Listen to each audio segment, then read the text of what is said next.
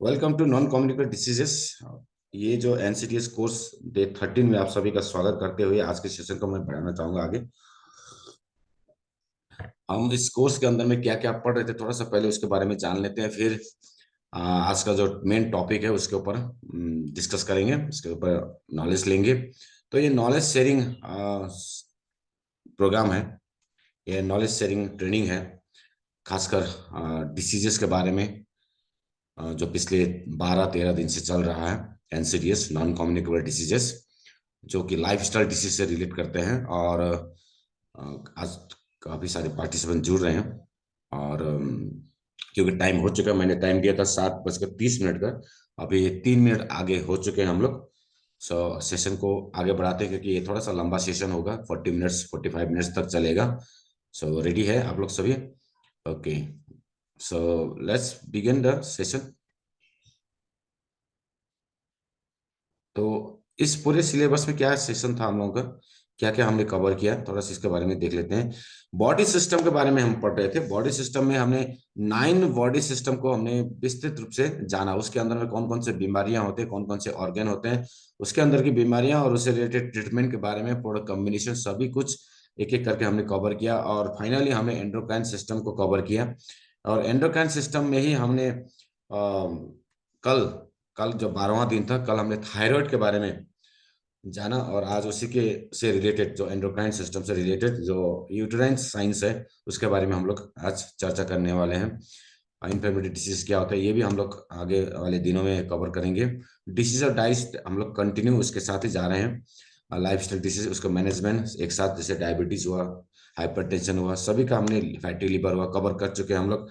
उसके ट्रीटमेंट से related medical terminology भी, ये भी साथ साथ हम लोगों ने कवर किया है। पैरामीटर भी हमने साथ साथ में कवर किया है। और डिसीज और डिसऑर्डर के बारे में थोड़ा सा बताऊंगा बाद में, आने वाले सेशन में। तो आज का जो टॉपिक है मेन, ये वुमेन हाइजीन एंड सेफ्टी के ऊपर है। वुमेन हाइजीन एंड सेफ्टी माने यूटेरन साइंस है। The uterine science, why womens are more complication than main.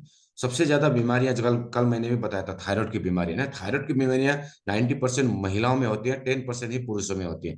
Specially hypothyroidism की बात करते हैं, ये एंडोक्राइन सिस्टम के अंदर में आता है। तो यूटेरन साइंस भी एंडोक्राइन सिस्टम के अंदर है ना। हालांकि इसकी जो स्टडी होती है वो गायनोकोलॉजी में होती है, लेकिन ये एंडोक्राइन सिस्टम से रिलेटेड करते हैं, तो दोनों एक साथ चलता है, एंडोक्राइन भी और गायनोलॉजी भी। तो why womens are complication than man, क्यों होता है? क्योंकि उनका हार्मोनल इम्बैलेंस जो है वो लगातार हर महीने चलते रहता है, जैसे पुरुषों का नहीं होता। पुरुषों का एक बार पुरुषत्व काबिल हो जाता है, वो बन जाते हैं, तो उसके बाद उसका हार्मोन चेंजेस नहीं होता है, हार्मोन इम्बैलेंस नहीं होता पुरुषों में, वो लगातार सेम ही रहता है थ्रू आउट द लाइफ। लेकिन किसी किसी पुरुष में ऑटो इम्यून डिसऑर्डर होने की वजह से उनमें थायराइड फंक्शन जो है वो गड़बड़ा जाता है, तो फिर उसको हाइपरथायरॉयडिज्म ज्यादा होता है पुरुषों में। महिलाओं में हाइपोथायरॉयडिज्म ज्यादा होता है। तो महिलाएं थोड़ा कॉम्प्लिकेटेड होते हैं इस मामले में, क्योंकि उनका थायराइड का कनेक्शन यूट्रस से रहता है। अगर थायराइड गड़बड़ा जाता है तो यूट्रस का साइंस भी गड़बड़ जाता है, यूट्रस गड़बड़ जाता है तो थायराइड भी गड़बड़ जाता है। तो जनरली हमने देखा है कि हाइपोथायरॉयडिज्म वाले का बहुत कॉम्प्लिकेशन होता है यूट्रस के ऊपर भी। वुमेन हाइजीन एंड सेफ्टी के बारे में चर्चा करेंगे। इनफर्टिलिटी केसेस कैसे होते हैं, uterus the disease and treatment, इसके अंदर में कौन कौन सी बीमारियां होती हैं और इसका ट्रीटमेंट किस तरह से किया जाता है, इसके बारे में भी चर्चा करने वाले हैं। सबसे पहले तो जानेंगे कि यूट्रस के अंदर में कितने पार्ट्स होते हैं, क्या क्या पार्ट्स होते हैं, उसके नाम पहले जानना जरूरी होता है। तो यूट्रस के पार्ट्स, 5 मेन पार्ट्स होते हैं, 5। सबसे पहला आता है ओवरी। ओवरी, यूट्रस में महिलाओं में 2 ओवरी होते हैं, एक लेफ्ट में होता है, एक राइट में होता है। जनरली हम लोग यहाँ देखते हैं, तो ये जो लेफ्ट वाला, ये लेफ्ट हुआ, सॉरी ये राइट हो गया, ये लेफ्ट हो गया, है ना। इधर वाला राइट पोर्शन होता है, राइट, और ये वाला लेफ्ट। ये 2 ओवरी होते हैं, ये जो पीले रंग का आपको दिखाई दे रहा है ये ओवरी है, ठीक है ना।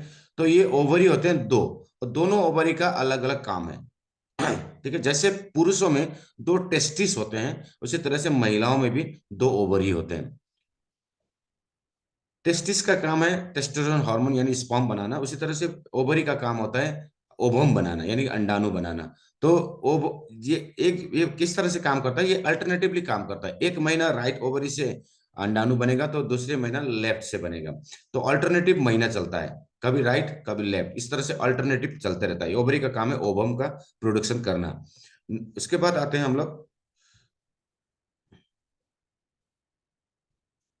नेक्स्ट जो पार्ट होता है वो होता है फैलोपियन ट्यूब। फैलोपियन ट्यूब कौन सा ट्यूब है, देखते हैं यहाँ पे। फैलोपियन ट्यूब, ये जो ओवरी से लेकर यूटेरस का जो ट्यूब रहता है, ये जो ट्यूब है, इस ट्यूब को बोलते हैं फैलोपियन ट्यूब, और दोनों तरफ रहता है ये फैलोपियन ट्यूब, इसको बोलते हैं फैलोपियन ट्यूब। तो फैलोपियन ट्यूब का क्या फंक्शन है, ये ओवरीज को यूट्रस के साथ जोड़ता है। यूट्रस, ये हो गया यूट्रस, बीच वाला भाग जो होता है, जो थैला होता है, झोला जिसको बोलते हैं, वो यूट्रस होता है। तो यूट्रस को ओवरी के कनेक्शन करता है फैलोपियन ट्यूब, ठीक है। तो फैलोपियन ट्यूब का फंक्शंस क्या है, कि फैलोपियन ट्यूब में ही बच्चा जो है वो सबसे पहले स्पर्म और ओवम का मिलन होता है फैलोपियन ट्यूब में। और जिस महिला में फैलोपियन ट्यूब में गड़बड़ी हो जाता है तो वो महिला प्रेगनेंसी में कॉम्प्लिकेशन आ जाता है। फैलोपियन ट्यूब में ही बच्चों का मिलन होता है, माने स्पर्म और ये क्या बोलते हैं, ओवम का मिलन होता है, यानी ओवुलेशन का जो टाइम होता है वो फैलोपियन ट्यूब में होता है। तो फैलोपियन ट्यूब से फिर यूट्रस में आके वो डेवलप होता है। तो फैलोपियन ट्यूब का काम है मिलाना, दोनों को मिलाना। इसको क्लियर कर लेता हूँ, फिर आगे जाते हैं। और थर्ड जो होता है ये होता है यूटेरस, जो थैला है ना, जहाँ पे गर्भ धारण होता है और गर्भ आगे बढ़ता है, बच्चों का पालन पोषण होता है, यूटेरस जो थैला होता है, ठीक है। उसके नीचे आता है सर्विक्स। सर्विक्स जो है यूटेरस का बाहरी वाला पोर्शन, यूटेरस को कनेक्शन करता है वजाइना के साथ, वो सर्विक्स होता है। और जनरली सर्विक्स में बहुत सारी बीमारियां आती हैं। उसके बाद आता है वजाइना, जो आउटर पार्ट होता है, ये हमारे पूरे यूटेरस का आउटर पार्ट जो होता है उसको बोलते हैं वजाइना। तो ये 5 मेन पार्ट होते हैं। इसके बाद जाते हैं, uterus is the main part of human reproductive system. Human reproductive system का यूटेरस ही सबसे मेन पार्ट होता है, क्योंकि बच्चों का जो ग्रोथ होता है वो यूटेरस के अंदर में होता है, development. Different types of hormones play role throughout the life of a women. एक महिला का अलग अलग हार्मोनल चेंजेस होते रहता है, अलग अलग हार्मोन उसके जीवन में परिवर्तन लाते रहता है। करीब करीब 4 स्टेज में, 4 स्टेज में एक महिला का जो लाइफ होता है ना, लाइफ पूरे लाइफ में, पूरे जिंदगी में 4 स्टेज में उसका हार्मोनल इम्बैलेंस होता है। ये नेचर है, नेचुरली। पहला सबसे होता है, वो होता है जब उसका 11 साल से 13 साल की उम्र में, जब उसका मेंस्ट्रुअल साइकिल स्टार्ट होता है, यानी कि उसको मीनार्की बोलते हैं। जो मीनार्की का टाइम में उसका हार्मोनल चेंजेस होता है। तो हार्मोनल चेंज होने के साथ साथ में जब एस्ट्रोजन बोल के एक महिला हार्मोन होता है, फीमेल हार्मोन बोलते हैं एस्ट्रोजन, वो प्रोडक्शन होता है। वो प्रोडक्शन होने के साथ साथ में चेंजेस आने लगता है ब्रेस्ट में, ब्रेस्ट का साइज में चेंज होना, मेंस्ट्रुअल साइकिल चेंज होना, वॉइस में थोड़ा सा चेंजेस आना, हाइट ग्रोथ में चेंजेस आना, ये सारे चेंजेस, बॉडी का फिजिक्स में चेंजेस आना, बायोलॉजिकली चेंज होना, ये सारे चेंजेस आता है जब उसका हार्मोनल चेंज होता है। एक बालिका से एक क्या बन जाते हैं, वो महिला बनती है ना। तो 12 साल की उम्र में, 13 साल की उम्र में, आज तो कभी, आज तो और जल्दी हो रहा है, 10 साल की उम्र में हो रहा है, 9 साल का, 8 साल की उम्र में भी हो रहा है, क्योंकि because of fastest life style की वजह से, माँ का लाइफ स्टाइल अच्छा नहीं है तो बच्चों में उसका असर पड़ रहा है, जीन्स की वजह से ये सारी दुविधाएं आ रही हैं आजकल। अर्ली मीनार्की हो रहा है, प्यूबर्टी जिसको बोलते हैं, प्यूबर्टी अर्ली हो रहा है। और when the menstrual stops at the age of 45 to 55 या 60 की उम्र में, जिसका जितना जल्दी शुरू होता है उसका जल्दी खत्म भी होता है, तो इसको बोलते हैं मेनोपॉज। उस पीरियड को, उस टाइम को बोलते हैं मेनोपॉज। मिनार्की और मेनोपॉज, मिनार्की माने स्टार्ट होना, प्यूबर्टी स्टार्ट होना, मेंस्ट्रुअल साइकिल बिगिन होना, और स्टॉप को बोलता है मेनोपॉज। मेनोपॉज का टाइम में भी हार्मोनल चेंज होता है। तो मिनार्की का टाइम में हार्मोनल चेंज हुआ, मेनोपॉज के टाइम में हार्मोनल चेंज होगा, हार्मोनल इम्बैलेंस रहेगा, वो चेंजेस होगा। और 2 स्टेज होता है जब वो प्रेग्नेंट होता है। जब कोई महिला प्रेग्नेंट होता है तो हार्मोनल चेंज हो जाता है फिर से। जब बच्चे का डिलीवरी होता है तो फिर हार्मोनल चेंजेस हो जाता है, क्योंकि बच्चे का डिलीवरी होने के साथ साथ में उसको दूध खिलाना पड़ता है ना, तो हार्मोनल चेंज हो जाता है उस समय। तो ये 4 स्टेज होता है महिला का, जो अपने जीवन काल में उसको हार्मोनल चेंजेस से गुजरना पड़ता है। एक, जब पुरुषों में ऐसा कुछ होता नहीं है ना। तो महिलाओं में जब मिनार्की स्टार्ट होता है, यानी प्यूबर्टी जब स्टार्ट होता है, मेंस्ट्रुअल साइकिल जब शुरू होता है, तो हार्मोनल चेंजेस आ जाता है। फिर जब वो शादी होता है, फिर प्रेग्नेंट होता है, जब प्रेग्नेंट होता है तो फिर हार्मोनल चेंजेस हो जाता है। फिर थर्ड स्टेप होता है जब किसी बच्चे को जन्म देता है, फिर हार्मोनल चेंजेस होता है। फिर लास्ट जो होता है वो जो जब मेनोपॉज में चले जाते हैं, जब पीरियड जो है बंद होता है। तो ये 4 स्टेज में उसका हार्मोनल चेंजेस होता है। इसकी वजह से कॉम्प्लिकेशन आते रहता है, हेल्थ प्रॉब्लम आते रहते हैं, हेल्थ इश्यूज आते रहते हैं। Puberty indicates that a girls is ready to conceive biologically but not physically and mentally. माने क्या होता है प्यूबर्टी, माने पीरियड का स्टार्ट होना, मेंस्ट्रुअल साइकिल्स बिगिन होना, शुरू होना।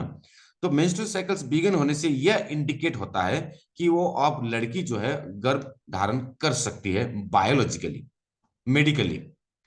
मेडिकली या biologically she can conceive, but not physically and mentally.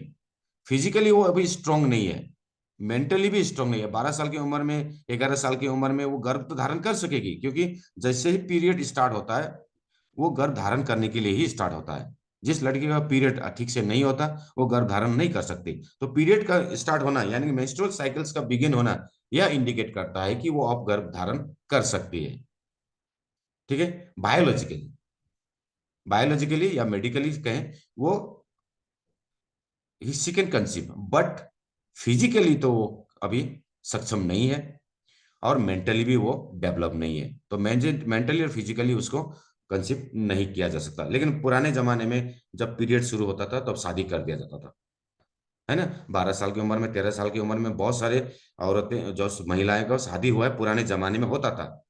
अगर अर्ली एज में हम लोग देखेंगे, है ना, हमारे दादा या परदादा के समय में हम देखेंगे तो हमारे दादी या परदादी जो है ना वो 13 साल की उम्र में, 12 साल की उम्र में शादी करके बच्चे को जन्म दे चुकी होती है ना। तो बहुत सारे लोगों का, माँ का उम्र ही 15 साल में शादी हुआ होगा, किसी का 13 साल में शादी हुआ होगा, दादा दादी का आप पूछेंगे तो पता लगेगा। क्यों? क्योंकि उनका प्यूबर्टी शुरू हो चुका होता है, मेंस्ट्रुअल साइकिल बिगिंस होता है, तो इसी से पता लगता है कि अब वो सयानी हो गई, ऐसा बोलते हैं, है ना। मेनोपॉज इंडिकेट्स, अब मेनोपॉज क्या इंडिकेट्स करता है कि अब now lady is not able to conceive a baby. Menopause होने के बाद अब वो कंसीव नहीं होगी। इसका मतलब यह है कि एक महिला जब तक उसका पीरियड चलता रहेगा तब तक वो मां बन सकती है। ठीक है, जब तक उसका पीरियड चलता रहेगा तब तक वो मां बन सकती है। जब पीरियड बंद हो जाएगा यानी मेंस्ट्रुअल साइकिल स्टॉप हो जाएगा, पूरी तरह से बंद हो जाएगा, तब से वो मां नहीं बन पाएंगी। ठीक है, तो मां, एक महिला कब तक गर्भ धारण कर सकती है? इसका एक ही आंसर होगा, जब तक उसका पीरियड चल रहा है। इसका कोई सर्टेन एज नहीं है। किसी का 40 साल में रुक जाता है, किसी का 45 में रुक जाता है, किसी का 55 में, किसी का 60 में, किसी का 65 में, 65 में भी होता है। तो जब तक मेंस्ट्रुअल साइकिल चल रहा है तब तक वो मां बन सकती है, एक पॉसिबिलिटी है। नेक्स्ट में आते हैं कि मेंस्ट्रुअल साइकिल्स और एंडोक्राइन सिस्टम में क्या कनेक्शन है। चलिए, एंडोक्राइन सिस्टम मैंने बताया था, और गायनोलॉजिकली जो कि मेंस्ट्रुअल साइकिल बोलते हैं जिसको, जो पीरियड है ना। तो इसका क्या कनेक्शन है? देखिए, मैंने कल भी बताया था, जब जो लोग कल के सेशन में थे, अगर ये सेशन कल में अटेंड हुआ तो मैंने एंडोक्राइन सिस्टम में बताया था कि हमारे ब्रेन में एक ग्लैंड होता है जिसका नाम है हाइपोथैलेमस, जो ओवरऑल बॉडी के ग्लैंड्स को मास्टर करता है, यानी कंट्रोल करता है। एक डायरेक्टर होता है यहाँ पे, है ना, डायरेक्टर होता है हाइपोथैलेमस ग्लैंड। ये ग्लैंड हमारे फीलिंग्स को, है ना, हमारे फीलिंग्स को जो है, हमारे फीलिंग्स और हमारे एक्शंस को इंडिकेट करता है। वो हार्मोन सीक्रेट करता है, या वो डायरेक्शन देता है बाकी ग्लैंड्स को कि आप इस एक्शन को एक्टिवेट करें। पहले तो ये समझ लें कि हार्मोन होता क्या है। हार्मोन एक केमिकल कंपाउंड होता है। हार्मोन एक केमिकल कंपाउंड होता है जो हमारे शरीर में जितने भी एंडोक्राइन सिस्टम में जितने भी ग्लैंड्स हैं, a group of glands is called endocrine system. A group of glands is called endocrine system. तो जितने भी ग्लैंड्स हैं जो हार्मोन सिक्रेट करता है, हम हार्मोन क्या काम करता है, what is the function of hormone, hormone क्या काम करता है? तो हार्मोन का काम है किसी भी एक्शन को एक्टिवेट करना, अंजाम देना। आप दौड़ पा रहे हैं, आप सबसे ज्यादा दौड़ पाए हैं, ये हार्मोन की एक्टिवेशन से होता है, हार्मोन के सिक्रेशन से होता है। हार्मोन होगा तो आप दौड़ पाएंगे, हार्मोन नहीं निकलेगा तो आप दौड़ नहीं पाएंगे, आप भाग नहीं पाएंगे, आप हंस नहीं पाएंगे अगर आपका ऑक्सीटोसिन हार्मोन रिलीज नहीं होता, आप सो नहीं पाएंगे अगर आपका सेरोटोनिन हार्मोन डिस्टर्ब है ना। खुशी के अलग हार्मोन होते हैं, रोने के अलग हार्मोन होते हैं, है ना, सोने के अलग हार्मोन होते हैं। हर बॉडी में हर एक्शन को एक्टिवेट करने का अलग अलग हार्मोन्स होता है, और ये हार्मोन कहाँ से निकलता है? ये पूरा एंडोक्राइन सिस्टम जहाँ पे ग्लैंड है वहां से निकलता है। तो उसी के अंदर में एक ग्लैंड है हाइपोथैलेमस, जो हमारे ब्रेन में होता है। ये फादर ऑफ द ग्लैंड्स इसको बोलते हैं। ठीक है, तो ये एक हार्मोन रिलीज करता है जिसका नाम है गैनेडोट्रोफिन। गैनेडोट्रोफिन हार्मोन ये फीमेल में भी होता है, ये मेल में भी होता है। जब तक गैनेडोट्रोफिन हार्मोन रिलीज नहीं होगा बाकी हार्मोन रिलीज नहीं होगा। ठीक है। तो गैनेडोट्रोफिन हार्मोन रिलीज करता है, वो भेजता है कहाँ पे, पिट्यूटरी ग्लैंड में। पिट्यूटरी ग्लैंड कहाँ होता है, ठीक हाइपोथैलेमस ग्लैंड के नीचे में, ये कान पट्टी होता है ना, कान के पीछे वाला भाग में, यहाँ पे होता है पिट्यूटरी ग्लैंड, ये कान के पीछे वाला भाग, यहाँ पे होता है पिट्यूटरी ग्लैंड। तो पिट्यूटरी ग्लैंड को ये गैनेडोट्रोफिन हार्मोन भेज देता है। फिर वो पिट्यूटरी ग्लैंड क्या करता है, उस उसको इंडिकेट करता है वो गैनेडोट्रोफिन हार्मोन, बोलता है कि तुम दो तरह के हार्मोन निकालो, एलएच और एफएचएच, ल्यूटिनाइजिंग हार्मोन और फॉलिकल स्टिमुलेटिंग हार्मोन बोलते हैं इसको, दो हार्मोन। ये महिलाओं में निकलता है, ये पुरुष में नहीं निकलता। पुरुष में एक ही हार्मोन निकलता है, वो है एंड्रोजन। गैनेटोट्रोफिन के बाद पुरुष में एक ही हार्मोन निकलता है, वो है एंड्रोजन। जब पुरुष में, जब किसी लड़के में एंड्रोजन हार्मोन का सिक्रेशन होगा, तब वो उसका वॉइस चेंजेस होगा, माने उसका वॉइस जो है वो लड़की जैसा वॉइस रहता है ना, जैसे 10 साल 12 साल की उम्र में, तब वो मेल वॉइस की तरफ जाएगा, उसके मुंह से निकलना शुरू होगा, उसके दाढ़ी बनेगी, है ना, उसके आर्म्स पीठ पे बाल आएंगे। तो इस तरह से उसका, क्योंकि उसका टेस्टोस्टेरोन हार्मोन जो है, वो जो मेल हार्मोन है, वो प्रोडक्शन होना शुरू हो जाएगा, टेस्टिस शुरू कर देगा। ठीक है ना, फिर स्पर्म बनने लगेगा। तो मेल में ये चेंजेस होता है, गैनेटोट्रोफिन आएगा, उसके बाद एंड्रोजन हार्मोन आएगा। जैसे ही एंड्रोजन हार्मोन, ये एंड्रोजन हार्मोन जो है ना, ये पुरुष में भी होता है, महिलाओं में भी होता है। कभी कभी महिलाओं में ये एंड्रोजन हार्मोन ज्यादा बढ़ जाता है, इसके बारे में आगे थोड़ा सा आगे बताऊंगा। ठीक है। तो पिट्यूटरी ग्लैंड जो दो हार्मोन सीक्रेट करता है, एलएच और एफएचएच, ये सीधा जाता है ओवरी में। यही हार्मोन जाता है, क्योंकि पिट्यूटरी ग्लैंड, मैंने कल थायराइड में भी बताया था, पिट्यूटरी ग्लैंड जो है वो टीएसएच भी निकालता है। टीएसएच जाता है सीधा थायराइड ग्लैंड में, थायराइड स्टिमुलेटरी हार्मोन, वहां जाके वो T3 और T4 को निकालने के लिए बोलेगा। उसी तरह से पिट्यूटरी ग्लैंड यहाँ पे एलएच और एफएसएच भी निकालेगा, जो जाएगा सीधा ओवरी में। इसीलिए मैंने बताया था कि ओवरी का कनेक्शन या सीधी यूट्रस का कनेक्शन थायराइड ग्लैंड से है, क्योंकि ये pituitary gland master of the gland control करता है। तो ये एलएच और एफएसएच जाएगा सीधा ओवरी में, और यहां जाने के बाद ये एस्ट्रोजन हार्मोन, जो कि जिसको फीमेल हार्मोन बोला जाता है, फीमेल हार्मोन किसको बोला जाता है, एस्ट्रोजन हार्मोन को। एस्ट्रोजन हार्मोन रिलीज करेगा। जैसे ही एस्ट्रोजन हार्मोन रिलीज होगा किसी लड़की में, तब पीरियड आना शुरू होगा। जब तक एस्ट्रोजन हार्मोन किसी बालिका में सिक्रेशन नहीं होता है, तब तक उसका पीरियड शुरू नहीं होता है, मेंस्ट्रुअल साइकिल शुरू नहीं होता है। यही एस्ट्रोजन हार्मोन जाके ओवरी में अंडे बनाएगा। अंडे बनाने के बाद ही, अंडे माने ओवम, अंडे बनाएगा, और अंडे बनाने के बाद ही उसी अंडे को बाहर निकालने के लिए मेंस्ट्रुअल साइकिल शुरू होता है। यानी कि एस्ट्रोजन हार्मोन का प्रोडक्शन होने के बाद ही क्या होता है, मेंस्ट्रुअल साइकिल शुरू होता है। जब तक एस्ट्रोजन हार्मोन किसी लड़की में, किसी भी उम्र में हो सकता है, चाहे वो 9 साल में हो, 10 साल में हो, 11 साल में हो, 12 साल में हो, 13 साल में हो, जब तक एस्ट्रोजन हार्मोन यानी कि फीमेल हार्मोन रिलीज नहीं होगा, तब तक मेंस्ट्रुअल साइकिल शुरू नहीं होगा। ठीक है। तो ईस्ट्रोजन हार्मोन कब निकलेगा, जब पिट्यूटरी ग्लैंड एलएच और एफएसएच बनाएगा, क्योंकि एफएसएच माने फॉलिकल स्टिमुलेटर हार्मोन, यही तो जाके फॉलिकल बनाएगा। फॉलिकल, जो ओवरी में जो अंडा बनता है, वो फॉलिकल ही होता है।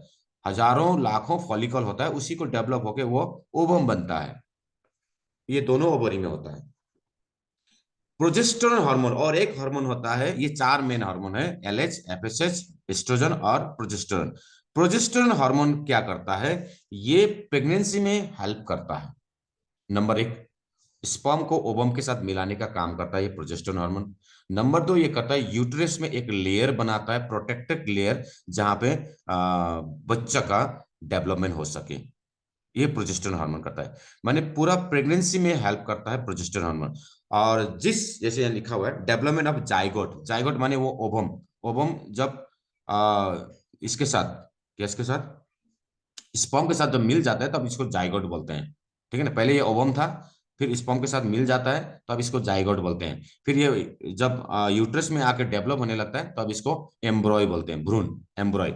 सो प्लेसेंटा, प्लेसेंटा होता है नाभिनाल, जो बच्चों का कनेक्शन हमारे माँ के नाभि से होता है। नहीं नहीं, बच्चों का नाभि का कनेक्शन सीधा माँ के नाभि से होता है, या फिर नाभिनाल बोलते हैं उसे, नाभिनाल एक प्लेसेंटा बोल के आता है, वो सीधा कनेक्शन होता है लीवर के साथ, लीवर उसको खाना खिलाता है, बच्चों का पालन पोषण ही लीवर करता है। तो ये नाभि के थ्रू होता है, तो प्लेसेंटा डेवलप होता है फिर। तो ये करता कौन है, प्रोजेस्टेरोन हार्मोन, यानी कि बच्चों का डेवलपमेंट, बच्चों का प्रेगनेंसी कराना, ये सारा चीज प्रोजेस्टेरोन हार्मोन करता है। और जिस महिला में प्रोजेस्टेरोन हार्मोन रिलीज नहीं होता, वो मां नहीं बन सकती, वो प्रेग्नेंट नहीं हो सकती, उसका मिसकैरेज होगा। ठीक है, ये देखिए, द आईवीएफ या आईवीएफ माने जो इंजेक्टेड बेबी डेवलप करना, इंजेक्ट करते हैं, ठीक है ना, इंट्रोवर्ट फर्टिलाइजेशन बोलते हैं इसको। The IVF is scheduled for those women who is not able to produce progesterone hormone. So जो महिलाएं गर्भवती नहीं होती हैं, तो उसका एक ही हार्मोन टेस्ट होता है, वो होता है प्रोजेस्टेरोन हार्मोन। उसके अंदर, क्योंकि उसका तो पीरियड चल रहा होता है, पीरियड तो हो रहा है ना, बाकी सब तो ठीक है, लेकिन प्रेग्नेंट क्यों नहीं हो रहा है, कैरेज हो रहा है, या फिर 1 महीने 1.5 महीने बाद मिस कैरेज हो रहा है, या फिर गर्भ धारण नहीं कर पा रही है, ऐसा क्यों हो रहा है, तो उसके लिए एक ही हार्मोन का टेस्ट होता है, वो है प्रोजेस्टेरोन हार्मोन। प्रोजेस्टेरोन हार्मोन की कमी होने से महिलाएं गर्भवती गर्भवती नहीं बन सकती। क्यों? क्योंकि प्रोजेस्टेरोन हार्मोन एक तो दोनों को मिलाने का काम करेगा, ऊपर से प्लेसेंटा को डेवलप करेगा, बच्चों को डेवलप, यूट्रस को डेवलप करेगा, यूट्रस में प्रोटेक्टेड लेयर बनाएगा, तो ये प्रोजेस्टेरोन हार्मोन करता है, तो उसको आईवीएफ किया जाता है। जिसका हार्मोन कम होता है, प्रोजेस्टेरोन हार्मोन कम होने से उसको आईवीएफ का सहारा लेना पड़ता है। तो ये था हमारा connection between the endocrine system and menstrual cycle. अभी हम लोग यहाँ पे देखेंगे, there are 3 layers of uterus. Period कैसे होता है, मेंस्ट्रुअल साइकिल कैसे होता है, यहाँ पे समझते हैं। ये जो यूट्रस है, इसका 3 लेयर होता है। एक फर्स्ट वाले लेयर यानी बाहरी लेयर को बोलते हैं पेरीमेट्रियम, दूसरे जो लेयर होता है उसको बोलते हैं मायोमेट्रियम, अंदर वाला, बीच वाला, और तीसरा जो होता है उसको बोलते हैं एंडोमेट्रियम। ठीक है, मेट्रियम, पेरी माने बाहर, मायो माने बीच वाला, और एंडो माने अंदर वाला। 3 लेयर होता है। तो 3 लेयर में ये जो यूट्रस हम दिख रहे हैं, ये जो यूट्रस दिख रहे हैं, ये यूट्रस का 3 लेयर होता है। तो 3 लेयर बाहर वाला हो गया, है ना, किसी भी चीज को पकड़ लें तो उसका बाहरी भाग होता है, अंदर का भाग होता है, और बीच का भाग भी होता है, बीच में भी होता है एक लेयर। तो हर एक चीज में तो 3 लेयर होता ही है। तो अब इसी तरह से इसमें, जैसे हम लोग मान लीजिए इसका संतरे का, मान लीजिए ये बाहर हो गया, ये पेरी हो गया, इसका बीच वाला हो गया, तो उसको बोलते हैं मायो। ठीक है ना, ये मायो बोल के हार्ट में भी आता है, मायोकार्डियम, हार्ट का बीच का लेयर को बोलते हैं मायोकार्डियम, जहां पे ज्यादा, सबसे ज्यादा डैमेजेस होता है हार्ट अटैक आने के बाद, मायोकार्डियम में। सो अंदर वाला हो गया एंड्रोमेट्रियम। सो इस तरह से 3 लेयर होते हैं, और 3 लेयर में सबसे, अच्छा 1 मिनट, इसको क्लियर कर लेता हूं। ये जो 3 लेयर होता है, 3 लेयर में एंडोमेट्रियम यानी अंदर वाला लेयर ही डेवलप होता है। प्रोजेस्टेरोन हार्मोन अंदर वाले लेयर को ही डेवलप करके एक मजबूत थैला बना लेता है, मजबूत थैला बनाता है। किससे? ब्लड से, खून के से। ठीक है ना, और इसको हेल्प करता है कैल्शियम। कैल्शियम, क्योंकि कैल्शियम क्या है, एक हार्ड सब्सटेंस है, एक हार्ड मिनरल्स है। जहां जहां कैल्शियम डिपॉजिट होगा वो कड़ा होता जाएगा, हार्ड होता जाएगा। जैसे नाखून में कैल्शियम है तो नाखून क्या है, कड़ा है, हार्ड है। दांतों में कैल्शियम है तो दांत क्या है, हार्ड है। हड्डी में कैल्शियम है तो हड्डी क्या है, हार्ड है ना। तो कैल्शियम जो है ना, वो हार्ड सब्सटेंस है, एक हार्ड मिनरल्स है। तो कैल्शियम और आयरन यानी कि हीमोग्लोबिन या फिर रेड ब्लड सेल्स, इन दोनों को मिला के एक लेयर बना देता है, प्रोटेक्टेड लेयर यानी कड़ा वाला लेयर, हार्ड वाला लेयर बनाता है, जहां पे बच्चा बैठे, बच्चों का डेवलप हो सके, बच्चा गिरे ना। ठीक है ना, तो एक मजबूत थैला बनाता है एंडोमेट्रियम में। तो यही जो है ना, ये थे ही थैला ब्रेक डाउन होता है, टूटता है। टूटने के बाद ये यूट्रस से बाहर होता है वजाना के थ्रू। तो इसी को बोलते हैं मेंस्ट्रुअल साइकिल। ठीक है, तो यहाँ लिखा है endometrium breaks down to start menstrual cycle to taken our egg from the uterus. जो जो फेलप जो एग जो है ना, अंडे जो है ना, वो ओवरी से निकलता है, कहाँ, फेलोपियन ट्यूब में बैठता है। फेलोपियन ट्यूब में वो स्पर्म का इंतजार करेगा करीब करीब 3 दिन तक। 3 दिन तक, 3 दिन तक वो इंतजार करेगा। अगर नहीं आता स्पर्म, उसको नहीं मिलता है, तो वो क्या होता है, ओवुलेशन नहीं, ओवुलेशन टाइम में वो फिर क्या होता है, वो गर्भ धारण नहीं होता है ना, नहीं मिल पाता, वो जाइगोट नहीं बन पाता, तो वो डेड हो जाता है। तो डेड होने के बाद वो फिर प्रोजेस्टेरोन हार्मोन क्या करेगा, उसको रिलीज करेगा यूट्रस में आके। फिर यूट्रस में आके वो बैठ जाएगा। फिर वो, फिर उसको बाहर निकालने के लिए जो एंडोमेट्रियम जो डेवलप हो गया था वो टूटने लगेगा। जो टूटने लगा था वो क्या होगा, ब्लड निकलेगा वहां से। तो ब्लड निकले, वो जो टूटता है तभी तो पेन होता है। वही टूटने को ही पेन बोलते हैं। मेंस्ट्रुअल क्रैम्प या मेंस्ट्रुअल जो पेन होता है, जब पीरियड स्टार्ट होने लगता है तो पेन होता है ना, वो उसी टूटने, उसी लेयर का टूटने का होता है, एंडोमेट्रियम टूटता है। ये कहीं और से नहीं, वो यूट्रस का लेयर ही टूटता है। वो टूटता है तो पेन होता है, जब पेन होता है वो टूटता है तो फिर उसी अंडे को लेकर वो बाहर निकाल देता है, क्योंकि वो निकलना जरूरी है, फिर दूसरा अंडा बनेगा। ठीक है, तो ये निकलता है। तो इस तरह से वो साइकिल चलते रहता है। The uterus cancer is occur, uterus में जो कैंसर होता है वो बीच वाला लेयर में होता है, मायोमेट्री में layer, which uterus to be taken out by surgery, surgery करके यानी काट के उसको निकाला जाता है जब कैंसर होता है। कैंसर होने के बाद उसको निकालना ही पड़ता है, क्योंकि इसका इलाज नहीं है कैंसर का ना, बहुत कम इसको जो है मेडिकल में इसका इलाज नहीं है, तो इसको काट के निकाला जाता है। इसको बोलते हैं हिस्टेरेक्टिमो, रेक्टोमी, हिस्टेरेक्टोमी बोलते हैं, जब यूट्रस को काट के उसका सर्जरी करके उसको बाहर निकाला जाता है। देखिए अभी हम लोग यहाँ पे थोड़ा सा डायग्राम के थ्रू हम लोग यहाँ पे देखते हैं कि एक्चुअल में ये जो 28 दिन का साइकिल होता है ये कैसे होता है। आप लोगों ने डेट देखा होगा, जो 28 दिन का मेंस्ट्रुअल साइकिल होता है वो किस तरह से चलता है और किस तरह से वो प्रेगनेंसी में हेल्प करता है। ठीक है ना, तो कब कब प्रेगनेंसी होता है कब नहीं होता है, यहाँ पे हम लोग इसको अच्छी तरह से समझ पाएंगे। चलिए अभी मैं आप लोगों को ड्राइंग के थ्रू बताऊंगा, ठीक है। मान लीजिए आज 1 तारीख है, मान लीजिए 1 तारीख है, तो 1 तारीख से लेकर 28 तारीख तक क्या चलेगी, 28 तारीख तक, 28 तारीख तक ये पीरियड का साइकिल होता है ना। तो 28 तारीख के बाद फिर क्या होगा, पीरियड फिर 1 तारीख का 1 तारीख आएगा, यानी 29 30 का गिनती नहीं होता है, 28 दिन का ही साइकिल होता है। तो ये 28 दिन का साइकिल में करीब करीब 5 दिन तक, 1 2 3 4 5 दिन, 5 दिन तक क्या होगा, लगभग लगभग पीरियड चलता है। तो इसको एक हफ्ता लिया जाता है, 1 वीक, 1 वीक ही काउंट होता है। तो 1 वीक जो है ना वो पीरियड का साइकिल माना जाता है, 1 वीक जो है वो पीरियड का साइकिल माना जाता है। एक हफ्ता क्या हुआ, पीरियड हुआ। ठीक है ना, उसके बाद जैसे ही पीरियड खत्म होगा, मान लीजिए 3 दिन या 4 दिन या 5 दिन तक पीरियड हुआ, उसके बाद पीरियड खत्म होगा, है ना। पीरियड होने खत्म होने के बाद एलएच और एफएसएच क्या करेगा, वो एस्ट्रोजन हार्मोन को ओवरी में भेजेगा, करे सिक्रेट कराएगा, रिलीज कराएगा। तो रिलीज होने के बाद एस्ट्रोजन हार्मोन क्या करेगा, ओवरी में ओवम का डेवलप करेगा। तो यहाँ पे जो हार्मोन है ना वो ऐसे पीक चलेगा, पीक चलेगा, क्योंकि यहाँ पे एलएच और एफएसएस क्या चलेगा, पीक चलेगा। क्यों चलेगा, इसके साथ साथ प्रोजेस्टेरोन भी पीक चलेगा। प्रोजेस्टेरोन कहाँ चलेगा, यूट्रस में। जैसे जैसे यहाँ पे अंडा डेवलप हो रहा होता है, करीब करीब 7 दिन तक, 7 दिन से 10 दिन तक ये अंडा, फॉलिकल, फॉलिकल बोलते हैं उसको। पहले तो वो फॉलिकल ही होता है, और वो फॉलिकल जब ठीक से डेवलप नहीं हो पाता तो वो फिर वही सिस्ट बनता है फिर। ठीक है, पीसीओडी में जैसे सिस्ट पढ़ते हैं ना हम लोग, तो सिस्ट क्या होता है, सिस्ट वही फॉलिकल होता है जो ठीक से डेवलप नहीं हो पाता और सड़ जाता है, सड़ने से वो क्या बनता है, सिस्ट बनता है। जैसे जैसे यहाँ पे हार्मोन पीक होता जाएगा, वो डेवलप होता जाएगा, वैसे वैसे उधर यूट्रस में भी प्रोजेस्टेरोन हार्मोन लेयर को बनाते जाएगा, लेयर को बनाते जाएगा, क्योंकि लेयर टूट गया था, टूट के सब बाहर हो गया था। अब फिर नया लेयर बनाएगा वो। तो प्रोजेस्टेरोन हार्मोन उधर लेयर बनाएगा, इधर फॉलिकल को डेवलप करेगा ओवम में, ओवरी में, लेफ्ट में हो चाहे राइट में हो। तो डेट 14 तक करीब करीब आते आते, इस डेट तक आते आते ये पूरी तरह से डेवलप हो जाता है, और ये चला जाता है कहाँ पे, फैलोपियन ट्यूब में। कहाँ जाता है, फैलोपियन ट्यूब, जो कनेक्टेड ट्यूब होता है फैलोपियन ट्यूब में। और यहाँ पे जाके वो स्पर्म का वेट करेगा।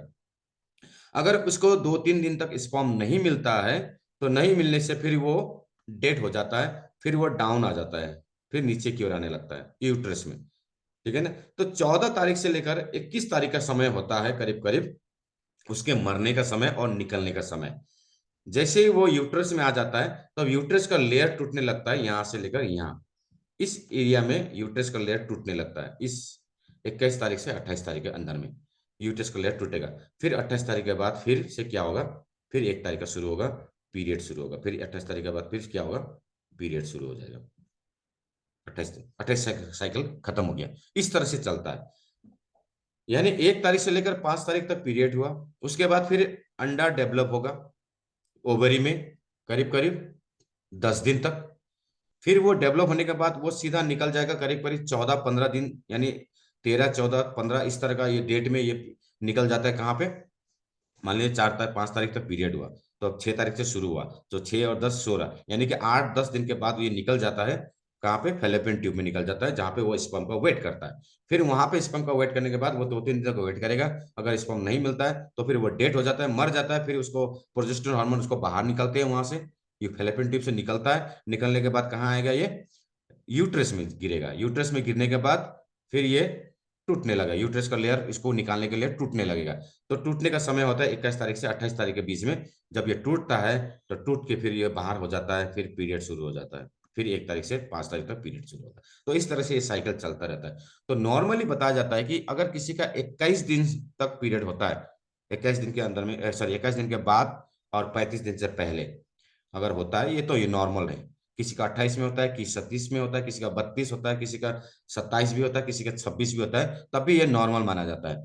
लेकिन अगर 35 से ज्यादा होता है तो ये एबनॉर्मल है, 21 से पहले होता है तो ये अब एबनॉर्मल है। तो इसका ट्रीटमेंट करना पड़ेगा। फिर तो इसमें ट्रीटमेंट करना पड़ेगा, नहीं तो फिर प्रेगनेंसी में कॉम्प्लिकेशन आएगा। ठीक है।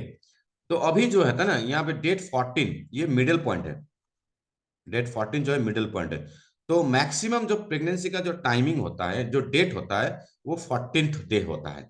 14 डे। तो इससे 3 दिन पहले और इससे 3 दिन बाद सबसे ज्यादा पॉसिबिलिटी होता है 14 तारीख से 3 दिन पहले और 14 तारीख के 3 दिन बाद। ये 6 दिन यानी इस पूरे हफ्ता ले लेते हैं, इधर 3 दिन, उधर 1 दिन और उधर फिर 3 दिन, यानी 7 दिन का हो ना।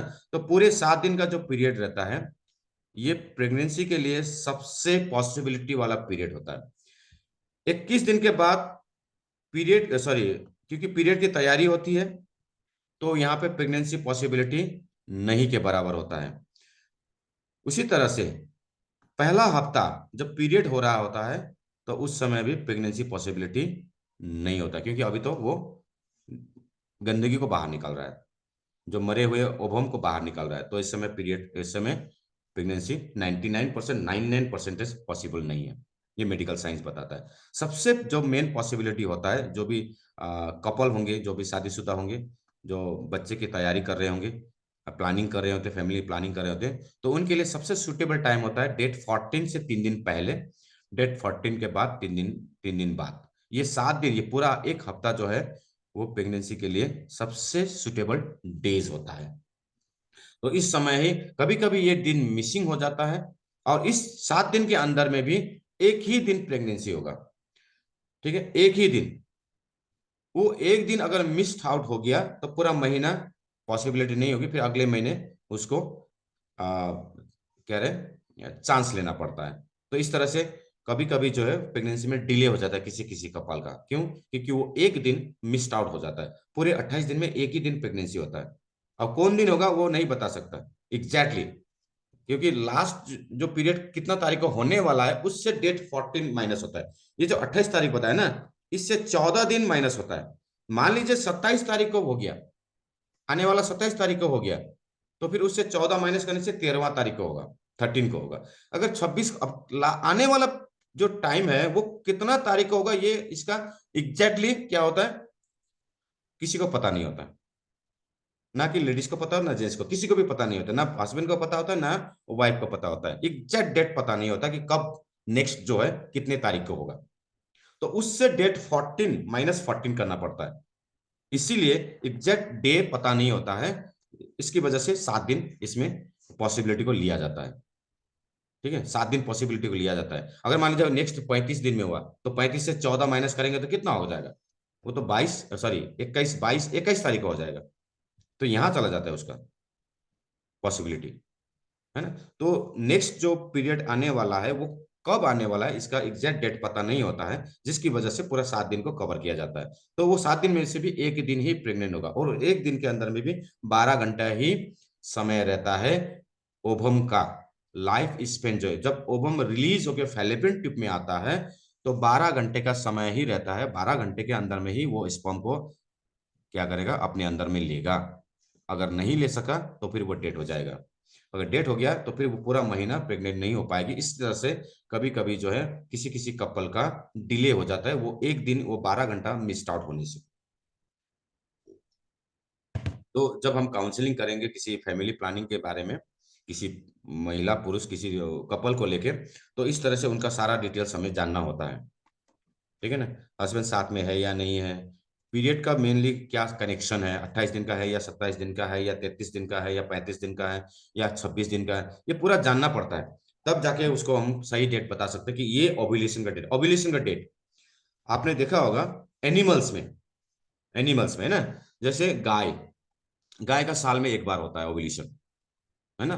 जब तक उसका बछड़ा बड़ा नहीं होता तब तक उसका ओव्यूलेशन का टाइम आता नहीं है। जब उसका ओव्यूलेशन का टाइम आता है तब उसको बछड़े की या फिर बैल के साथ मिलाया जाता है, बकरी को बकरे के साथ ले जाते हैं ओव्यूलेशन का टाइम में, वही उसका मेन प्रेगनेंसी का टाइम होता है। बाकी टाइम में उसका एनिमल्स में वो दे दिया है प्रकृति ने, नेचर ने, कि उसका महीने में साल, किसी का साल में एक बार, जैसे कुत्तों का साल में एक बार होता है, तो उसका 3 दिन 4 दिन तक चलता है ओव्यूलेशन, 3 दिन 4 दिन तक, क्योंकि वो मैक्सिमम बच्चों को जन्म देता है। 3 4 5 6 10 12, जैसे सुअर को देखते हैं तो 12 बच्चे तक होता है ना। तो उसका ओव्यूलेशन का टाइम ज्यादा रहता है, वो 3 दिन तक रहता है, 5 दिन तक रहता है। लेकिन के ह्यूमन में, ह्यूमन में जो है महीने में एक दिन होता है, क्योंकि उसका बच्चा भी एक ही होता है मैक्सिमम, है ना। और जुड़ा बच्चे वो अलग फैक्टर होता है, जुड़वा तिड़वा होना वो अलग फैक्टर होता है। लेकिन एक ही बच्चा होता है तो उसका ओवुलेशन का डेट भी एक ही रहेगा, एक ही डेट रहेगा। तो पूरा महीने में एक दिन होता है, तो महीने महीने उसका ओवुलेशन होता है। ये महीना नहीं हुआ तो अगले महीना होगा, अगले महीने नहीं हुआ तो अगला महीना होगा। तो ओवुलेशन जो है ना हर महीने होता है महिला में। लेकिन हम लोग जैसे जानवर को देखेंगे तो उसका साल में, किसी का साल में एक बार होता है, किसी का 3 महीने में, जैसे मुर्गी का 3 महीने में एक बार होता है ना ओवुलेशन। तो उसका ओवुलेशन का टाइम में, वो अंडा देने का टाइम आता है उसका, तो वो मुर्गा तलाश करते रहते हैं, मुर्गा को ढूंढते रहते हैं, मुर्गा को लेके आते हैं ना। तो इस तरह से उनका चलता है वो ओवुलेशन का, उसको बोलते हैं ओवुलेशन का टाइम। ओवुलेशन माने वो टाइम जब ओवम डेवलप हो जाता है, फेलोपियन ट्यूब में आ जाता है, अब वो स्पर्म का वेट करते हैं, वो होता है ओवुलेशन का टाइम। तो 14 day is the main ovulation day होता है। ठीक है, तो ये कौन बताएगा, ये गायनोकोलॉजिस्ट बताएगा या एंड्रोक्राइनोलॉजिस्ट बताएगा। ठीक है, तो यही साइंस पढ़ने में 5 साल लगता है गायनोलॉजी को। ये डिटेल्स में पढ़ते हैं, अंदर में क्या खोद खोद खोद के पढ़ते हैं, तो 5 साल लगाते हैं। तो ज्यादा साइंस इसमें है नहीं। ठीक है, तो हमें, हमने क्या सीखा यहाँ पे कि पीरियड क्यों होता है। पीरियड क्यों होता है, क्योंकि वो मरे हुए ओवम को बाहर निकालने का एक नेचुरल प्रोसेस है। जैसे यहाँ पे ये जो फैलोपियन ट्यूब है, फैलोपियन ट्यूब से यूट्रस में आएगी और यूट्रस से फिर वजाइना के थ्रू बाहर निकलेगी, बस यही काम है और कुछ नहीं है। तो इसका कोई कनेक्शन बाहर के ऑर्गन से नहीं होता है। यूट्रस का कनेक्शन किसी भी बाहर के ऑर्गन से कनेक्शन नहीं होता है, इसलिए जब इसमें कैंसर होता है तो इसको काट के निकाला जा सकता है, आदमी को, लेडीज के ऊपर कोई असर नहीं होगा। ठीक है, तो कब निकाला जाता है, मेनोपॉज होने का टाइम में ही सबसे ज्यादा प्रॉब्लम होता है।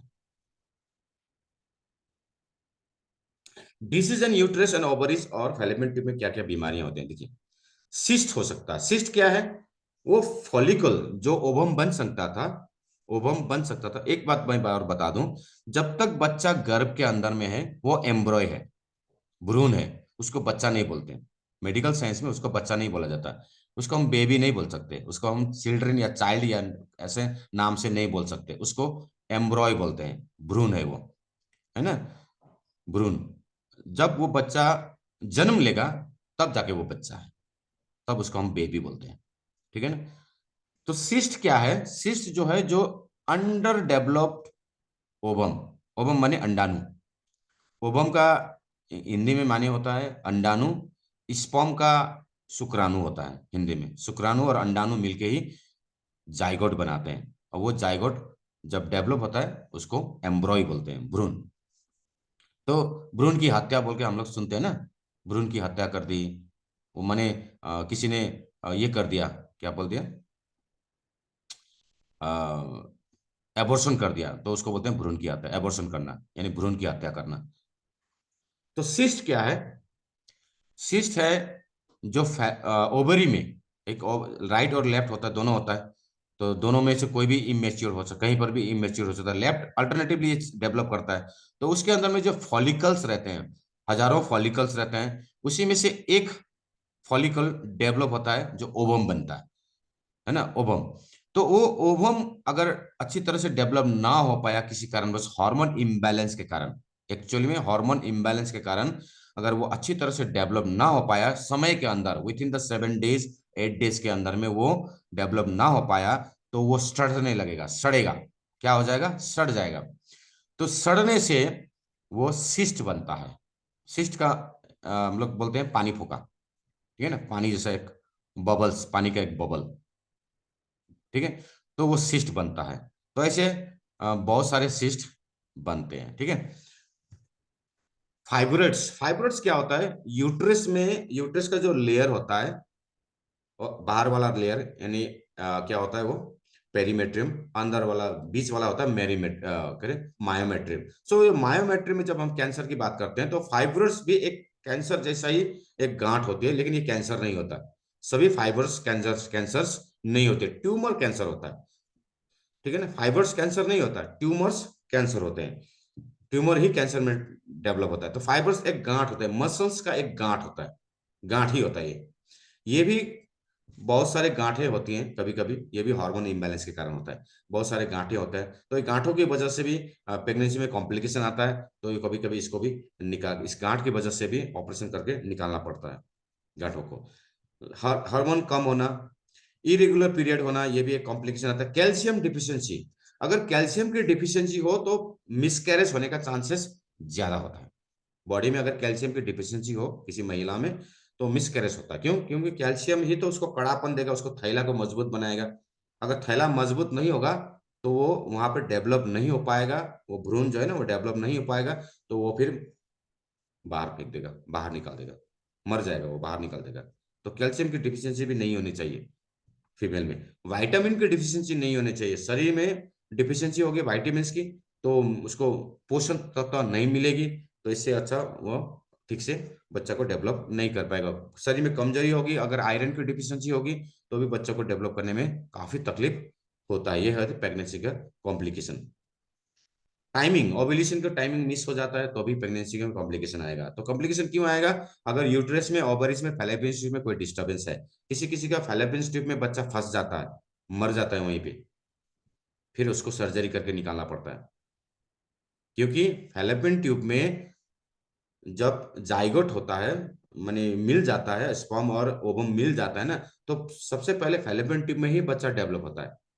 थोड़ा डेवलप होने के बाद ही वो फिर यूट्रस में आता है। तो फैलोपियन ट्यूब किसी किसी का क्या होता है, वो उसका स्ट्रक्चर अच्छा नहीं होता, बंद हो जाता है उसका। तो ऐसे में उसको सर्जरी करना पड़ता है, सर्जरी करके निकालना पड़ता है, वहीं बच्चा मर जाता है।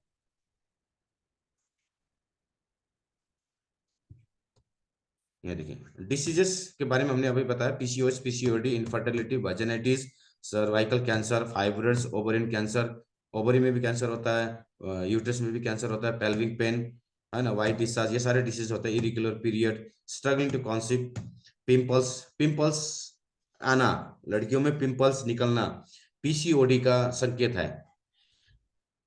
सिस्ट बनने से पिंपल्स आते हैं। अगर सिस्ट है, डेवलप हो रहा है, तो पीरियड इरेगुलर होगा। पीरियड इरेगुलर होगा होगा क्योंकि अंडा निकला नहीं, तो पीरियड कैसे होगा? पीरियड रुक जाता है ना, तो डिले हो जाता है, या तो फिर डिले हो जाता है, देर से होगा। तो ऐसे में क्या होगा? पिंपल्स निकलेंगे। पिंपल्स निकल रहा है, इसमें हार्मोनल चेंजेस हैं, शरीर में गंदगी, खून, गंदा खून दौड़ रहा है। वो कहाँ से दौड़ रहा है? वो यूट्रस के माध्यम से दौड़ रहा है, ठीक है। इसी को बोलते हैं हार्मोनल इम्बैलेंस। अभी आते हैं हम लोग पीसीओएस। पीसीओएस, अच्छा कितने लोग, अभी कितना टाइम हुआ? 8:15 हो गया, 45 मिनट्स तो कंप्लीट हो गया। फिर अभी 2 स्लाइड्स बाकी है, तो 2 स्लाइड्स को मैं कंप्लीट कर लेता हूँ। सो कितने लोगों को लगा कि सेशन अच्छा लगा, नॉलेजेबल है? चैट में लिखें। कितने लोगों को लगा आज का बहुत सारी चीज़ें आज सीखने को मिला, बहुत कुछ सीखने को मिला? तो आप लोग चैट में इंटरेक्शन दे सकते हैं। 28 लोग हैं, 28 में 2 मेरे आईडी है, 26 लोग हैं। यूट्रस कैंसर से बचने के लिए गवर्नमेंट ने एक वैक्सीनेशन लॉन्च किया है। हाँ, वैक्सीनेशन लॉन्च किया है जो 24 साल की उम्र से लेकर 28 साल की उम्र तक किसी लड़की, कोई लड़की या कोई महिला अगर वो वैक्सीनेशन लगा लेती है, उसका वैक्सीनेशन का नाम मुझे थोड़ा याद नहीं आ रहा है, अगर वो लगा लेती है तो यूट्रस कैंसर से वो बच सकती है, भविष्य में होने वाले यूट्रस कैंसर से बच सकती है। और इस टीका को लगाने का समय है 24 साल से, 23 या 24 साल से लेकर 28 साल या 30 साल के अंदर में ही लगाना पड़ता है, चाहे वो शादीशुदा हो या फिर वो शादीशुदा ना हो। यूट्राइन कैंसर से बचने के लिए एक टीका गवर्नमेंट ने चालू कर दिया है ऑलरेडी, बाद में जाके उसको यूट्रस का कैंसर ना हो तो वो टीका लगा सकते हैं 24 साल से लेकर। ये हेल्थ पोस्ट में जाकर पूछना पड़ेगा, जो भी हेल्थ पोस्ट है, जितने भी हेल्थ सेंटर हैं, वहां जाके इसके बारे में जानकारी ले सकते हैं। 24 साल से लेकर 30 साल की उम्र तक या 28 साल की उम्र के अंदर में ही इस टीके को लगाया जाता है यूट्रेन कैंसर से बचने के लिए। अभी हम लोग आते हैं PCOS, PCOD. Great session, thank you very much. अच्छा, ये जो रिकॉर्डिंग्स है आप लोगों को मिल जाएगी, ये जो हमारा ग्रुप है उसमें मिलेगा, और बाकी लोगों को तो नहीं मिलेगा। हालांकि आप लोगों को मैं बाद में दे दूंगा इसको। आप लोग मेरे चैनल को सब्सक्राइब कीजिएगा। चैनल का नाम है जैसे हेल्दी लिविंग विद प्रांदीप लोन, है ना, जिसमें 11,000 से लेकर 11,700 से ऊपर सब्सक्राइबर ऑलरेडी हैं। तो उस चैनल का में आज जाकर आप लोग उस चैनल को सब्सक्राइब कर लीजिएगा। तो मैं वहां से बहुत सारे वीडियो अभी डालने वाला हूँ प्रोडक्ट का, स्पेशली प्रोडक्ट का, प्रोडक्ट और डिसीजेस के बारे में बहुत सारे वीडियो में बनाने वाला हूँ। तो आप लोग उस चैनल में जाके आप लोग वहाँ पे सब्सक्राइब कर सकते हैं, ठीक है। चैनल का नाम है हेल्दी लिविंग विथ प्रांदीप लोन। जैसे आप लोगों ने वो देखा होगा, जितने भी टेस्टिमोनियल वीडियो मैंने अपलोड किया था 4-5, वो 13 ईयर सेलिब्रेशन का, तो वही चैनल है ना। लिंक मैंने भेज दिया है, आप लोग लिंक के थ्रू भी जाके चैनल को सब्सक्राइब करके रखिएगा। बहुत सारे वीडियोस आने वाले हैं, ये बीमारी के बारे में बहुत सारे वीडियोस आएगी एक तो। दूसरा, प्रोडक्ट के बारे में भी वीडियो, प्रोडक्ट के बारे में 35 वीडियो बनेगी। कल ही मैंने टॉपिक बनाया, 35 वीडियो में देने वाला हूँ प्रोडक्ट के बारे में, सिर्फ प्रोडक्ट के बारे में। जितने भी सप्लीमेंट्स हैं, आयुर्वेदिक सप्लीमेंट्स हैं, सभी के बारे में। क्योंकि ये कोर्स अभी खत्म होने वाला है, अभी 2 दिन का बचा हुआ है सेशन, 15 दिन का कोर्स था, अभी 2 दिन का बचा हुआ है। 14 और 15, 2 दिन में ये कोर्स खत्म हो जाएगा। उसके बाद मैं फिर प्रोडक्ट की ट्रेनिंग में जाऊंगा। तो वो जितने भी वीडियोस बनेंगे, रिकॉर्डिंग्स बनेंगे, वो सारे वहाँ पे फ्री में अवेलेबल होगा। तो आप लोग चैनल को सब्सक्राइब करके रखिएगा, और वहाँ पे आप लोग भरपूर उसका नॉलेज ले सकते हैं। चलिए आगे बढ़ते हैं। PCOS, polycystic ovarian syndrome. मैंने मेडिकल टर्मिनोलॉजी में बताया था पॉली का माने क्या होता है। पॉली का माने होता है बहुत सारे, यानी दो से ज्यादा। एक को बोलते हैं मोनो, दो को बोलते हैं डाई, और दो से ज्यादा हो तो उसको पोली बोलते हैं। ये मेडिकल टर्मिनोलॉजी है। तो पॉलीसिस्टिक, पॉलीसिस्टिक सिस्ट माने वही बताया मैंने, फोका, पानी वाला फोका, ठीक है ना। वो सड़ गया, जो फॉलिकल जो सड़ गया, जो ओवम जो नहीं बन पाया, डेवलप नहीं पाया, तो वो ओवरी में, कहाँ पे, ओवरी, पॉलीसिस्ट ओवरी, यानी पॉली माने दो से ज्यादा, सिस्ट कहाँ पे, ओवरी में। सिंड्रोम माने लक्षण, बहुत सारे लक्षण होते हैं इसमें। ये जो hormonal disorder common among women of reproductive age. Reproductive age कब होता है, जब मीनार की यानी प्यूबर्टी से लेकर मेनोपॉज, मेनोपॉज तक का पीरियड को बोलते हैं रिप्रोडक्टिव एज। रिप्रोडक्टिव एज यानी बच्चे को जन्म देने वाले पीरियड, टाइम, एज, ठीक है ना। उस एज के दौरान हार्मोनल डिसऑर्डर होता है, जिसके कारण पीसीओएस का होना संभव हो सकता है ना। वुमेन विद पीसीओएस में हैव इनफ्रीक्वेंट और प्रोलॉन्ग मेंस्ट्रुअल पीरियड और एक्सेस मेल हार्मोन। यहाँ आइए, मेल हार्मोन भी महिलाओं में ज्यादा पाए जाते हैं कभी कभी। तो एंड्रोजन बल्कि मेल हार्मोन होता है, जो गोनाडोट्रोपिन हार्मोन रिलीज करेगी पिट्यूटरी ग्लैंड में, और पिट्यूटरी ग्लैंड क्या रिलीज करेगी, एंड्रोजन हार्मोन। कहाँ पे रिलीज करेगी, टेस्टोस्टेरोन में, टेस्टिस में, सॉरी टेस्टिस में एंड्रोजन हार्मोन जाएगा, तो वहां से दो हार्मोन निकले, एक हार्मोन निकलेगा जो है टेस्टोस्टेरोन, और वही जो है स्पर्म बनाएगी, ठीक है ना, टेस्टिस में। सो एंड्रोजन हार्मोन महिलाओं में भी होता है, और किसी किसी महिलाओं में एंड्रोजन हार्मोन जब बढ़ जाता है, तो किसी किसी लड़की का, महिला का मूंछें निकलता है। आपने देखा होगा, बहुत सारी महिलाएं, हमने देखा भी, मैंने भी रियलिटी में देखा है, फैक्ट देखा है। एंड्रोजन हार्मोन बढ़ने से मूंछें निकलती है, आवाज में परिवर्तन आता है, आवाज भी उसका मेल टाइप का आवाज आएगा, मेल वॉइस, इस तरह का वॉइस उसका होगा। तो ऐसी महिलाएं अगर देखती हैं तो समझ जाना, जिसकी मूछें निकल रही हैं थोड़ी थोड़ी, तो समझ जाना एंड्रोजन हार्मोन बढ़ गया है, मेल हार्मोन उसके ऊपर हावी हो गया है, फीमेल हार्मोन को मेल हार्मोन ने ओवरटेक कर दिया है। तो इस हार्मोन को, इस स्थिति को बोलते हैं पीसीओएस, यानी कि पॉलीसिस्ट ओवेरियन सिंड्रोम का यहाँ पे सिम्टम्स दिखाते हैं। तो ओवरीज में develop numerous small collection of fluid follicles, है ना। ओवरी क्या करता है, ये बहुत सारे फॉलिकल्स को डेवलप करता है, जिसमें से एक अंडा निकलता है, ओवम डेवलप होता है, एक ही, बहुत सारे होता है उसमें से एक डेवलप होके, एक हर एक महीना एक एक करके डेवलप होते रहेगा, तो हर एक महीना पीरियड होता रहता है। And fail to regularly release eggs, अगर फेल हो जाता है उसको रिलीज करने में, तब जाके वहां पे सिस्ट बनता है। रिलीज करने में फेल हो गया तो सिस्ट बन जाएगा, सड़ जाता है ना, ओवम जो है वो सड़ जाता है, फॉलिकल सड़ जाता है, तो ही वो सिस्ट बनता है। डायग्राम में हम लोग देख सकते हैं, डायग्राम में अच्छी तरह से हम लोग यहाँ देख सकते हैं। देखिए कलर आ गया, ब्लू ले लेते हैं, ठीक है। ये देखिए, ये जो फॉलिकल्स है, बहुत सारे फॉलिकल्स है ना, यहाँ पे फॉलिकल्स देखिए, तो यहाँ पे ये सड़ जाता है, सड़ने के बाद बनता है क्या, सिस्ट। क्या बनेगा, सिस्ट। ये ओवरी हुआ, ये ओवरी, ये सिस्ट बन गया, ये देखो सड़ गया है, देखिए यहाँ आकार देखिए, यहाँ पे ये सिस्ट है, इसको बोलते हैं सिस्ट। पॉलीसिस्ट माने दो से ज्यादा सिस्ट।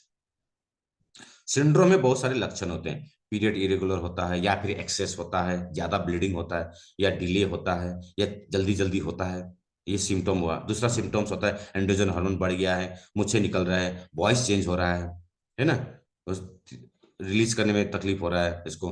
तो ऐसे सिम्टम्स, बहुत सारे सिम्टम्स रहते हैं, लेकिन ये रेयर केस होता है, ये केस ना रेयर होता है। देखिए प्रिकॉशन क्या है, अच्छा ये कंपैरिजन तो बताया नहीं, अच्छा यहाँ पे देखो ये आ गया रे, एक minute, just wait, just wait, हाँ अभी स्क्रीन आ रहा है, okay. So difference between PCOS and PCOD, इन दोनों में डिफरेंस क्या है, देखिए डिफरेंस क्या है, ऑकरेंस माने ये कहाँ होता है, रेयर एंड लेजर पेशेंट्स, बहुत कम पेशेंट्स में रेयर केस होता है पीसीओएस, एक रेयर केस होता है, क्योंकि सभी का तो मुंह नहीं निकलता ना, तो बहुत रेयर होता है जब किसी किसी महिला का, किसी किसी लड़की का मुंह निकलते हैं, एंड्रोजन हार्मोन बढ़ जाता है, ये रेयर केस होता है। पीसीओडी लेकिन कॉमन है, ये वर्ल्ड वाइड कॉमन हो गया है अभी, क्योंकि because of life style. Definition क्या है इसका, endocrine disorder of ovaries with immature follicles, immature follicles के कारण एंड्रोक्राइन डिसऑर्डर हो जाता है, पूरा एंडोक्राइन सिस्टम में डिसऑर्डर हो जाता है, तो इसको पीसीओएस। इसमें क्या होता है, ये मेटाबॉलिक डिसऑर्डर है, ड्यू टू हार्मोनल इंबैलेंस के कारण मेटाबॉलिक डिसऑर्डर होता है। मेटाबॉलिक डिसऑर्डर माने एनर्जी को कन्वर्ट करना, केमिकल कंपोनेंट को बनाना, हार्मोन्स को बनाना, तो ये मेटाबॉलिक डिसऑर्डर होता है, तो इससे हार्मोन ठीक से बन नहीं पाता, जिसके कारण पीसीओडी का समस्या। डी का माने होता है पीसीओडी यानी पॉलीसिस्ट सिस्टिक, क्या हो गया, ओवरियन डिसीज, ओवरी में अगर डिसीज है, सिस्ट ऑलरेडी है, मोर देन 10 सिस्ट, 10 से ज्यादा सिस्ट होते हैं ओवरी में, तो पीसीओडी हो गया। Minimum number of cyst, come cyst होते हैं पीसीओएस में, सिस्ट कम होता है लेकिन होता है। कॉजेस क्या है इसका, जेनेटिक भी होता है, लाइफ स्टाइल होता है इसका, ईटिंग हैबिट्स, मेंटल हेल्थ, ये कारण होता है, इसके में भी जेनेटिक होता है, इंसुलिन रेसिस्टेंट के कारण भी होता है, जो लोग डायबिटिक पेशेंट होता है, इंसुलिन रेसिस्टेंट के कारण भी होता है इसमें, इन्फ्लेमेशन के कारण होता है, इन्फेक्शन के कारण होता है, वेट ज्यादा होने के कारण भी होता है। सिवियरिटी क्या है इसमें, PCOS can not be reverse, PCOS को रिवर्स करना बहुत मुश्किल है, होता है लेकिन बहुत इतना आसान नहीं है। PCOD can be reverse, PCOD को ठीक किया जा सकता है, मेडिकेशन के थ्रू किया जा सकता है। ट्रीटमेंट क्या है, diet can control, exercise, lifestyle change and medication होता है पीसीओएस में। पीसीओडी में क्या है, diet, exercise, medication and surgery, surgery भी करके इसको निकाला जा सकता है उस फॉलिकल को, सिस्ट को। कॉम्प्लिकेशन क्या आता है, hard to get pregnant, PCOS में बहुत मुश्किल होता है प्रेगनेंसी करने में, इसमें डायबिटीज का रिस्क बढ़ जाता है, हाई ब्लड प्रेशर का रिस्क बढ़ जाता है, ओबेसिटी, एंडोमेट्रियम कैंसर होने का खतरा बढ़ जाता है, एंडोमेट्रियम कैंसर अंदर के लेयर का cancer. Easy to get pregnant with medical aid, इसमें मेडिकल एड के थ्रू प्रेगनेंसी लिया जाता है। मेडिकल में वही IVF। ठीक है, अभी देखते हैं हम लोग precaution and treatment. Life style change, सबसे पहले लाइफ स्टाइल को चेंज करना होगा। अगर कोई भी बीमारी है, हेल्दी डाइट लेनी होगी, एक्सरसाइज करना होगा, प्रॉपर स्लीप लेना होगा, स्ट्रेस नहीं लेना है, प्रॉपर स्लीप लेना है। वेट मैनेजमेंट बहुत जरूरी है ओवरी के लिए, यूट्रस के लिए। खत्म हो गई? अच्छा। आयुर्वेदा में इसका एक इलाज है पूरे यूट्रस के लिए। एक मेडिसिनल हर्ब है जिसका नाम है शतावरी। शतावरी हमारे पास सप्लीमेंट्स भी है ना, आयुर्वेदिक मेडिसिन भी है। शतावरी ही एक ऐसा हर्ब है आयुर्वेदा में जो पूरे यूट्रस को ट्रीट कर सकता है। यूट्रस में जितने भी बीमारी है उसको ट्रीटमेंट कर सकता है शतावरी। इसको यूट्रेन टॉनिक भी बोला जाता है। यूट्रेन टॉनिक यानी यूट्रस को टोन अप करने का जो सब्सटेंस इसके अंदर में होता है, शतावरी, है ना। तो इसको, इसीलिए इसको क्वीन ऑफ हर्ब्स बोला जाता है। क्वीन यानी कि रानी, पूरे हर्ब्स का क्वीन, क्योंकि ये महिलाओं को ज्यादा यूज में आता है। यूट्रस तो महिला में होता है, तो क्वीन इसलिए बोला जाता है क्योंकि ये महिलाओं में यूज होता है। तो क्वीन ऑफ हर्ब्स बोला जाता है शतावरी को। इसी का जो बोटानिकल नेम है वो है एस्पारागस। बोटानिकल नेम है इसका एस्पारागस। तो जो एस्परस है उसके अंदर भी शतावरी है, लेकिन एस्परस के अंदर में बाकी सारे अलग अलग एंटीऑक्सीडेंट भी है, जैसे बीटा कैरोटीन है ना, पॉलीफेनॉल है। तो बाकी सारे भी उसमें एस्परस के अंदर में, एस्परस में एस्परागस भी है, यानी कि शतावरी भी है। शतावरी में सिर्फ शतावरी है, ठीक है ना, दो अलग अलग है। तो शतावरी और एस्परागस है तो एक ही, एस्परस और शतावरी दोनों एक ही है।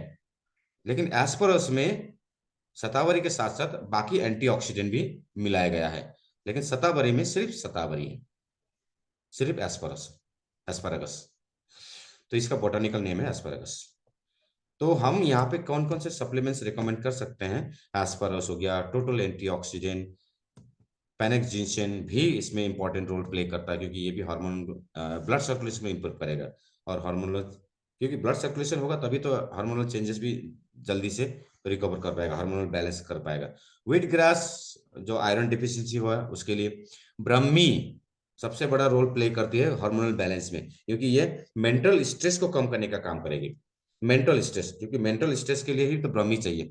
ब्रह्मा यानी कि क्राउन चक्र को एक्टिवेट करने वाला ब्रह्मा, वहीं से तो शुरू है ये सब, पूरा एंडोक्राइन सिस्टम ब्रह्म से ही शुरू है। तो शतावरी यहाँ पे रिकमेंडेड है। अश्वगंधा भी रिकमेंडेड है। क्यों? अश्वगंधा में ये वो एक इंग्रेडिएंट होता है अश्वगंधा, जो स्ट्रेस लेवल को, एंजाइटी को, डिप्रेशन को कंट्रोल करेगी अश्वगंधा। तो इस तरह का समस्या है, नींद की समस्या है, तो अश्वगंधा दे सकते हैं।